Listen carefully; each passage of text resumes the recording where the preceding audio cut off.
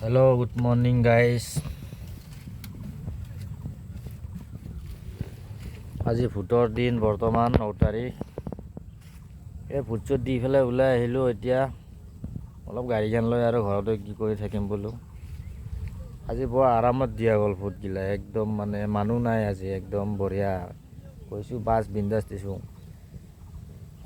মানে বেলেগ বছৰৰ দৰে হোৱা নাই। বেলেগ বছৰত মানে এনেকুৱা লাইন পাতি মানে ৰখি থাকিব লাগে আৰু ৰ'দ। এবাৰ তাৰমানে ৰ'দ বোলা বস্তুৱেই নাই, তাৰমানে এনেকুৱা ধুনীয়া মজা বতৰ দিছে তাৰমানে।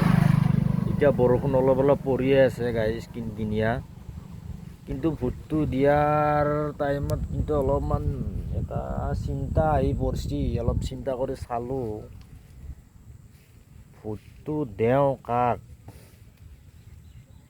বহুত মানে বেছি টাইম চিন্তা কৰিও থাকিব নোৱাৰোঁ নহয় আকৌ।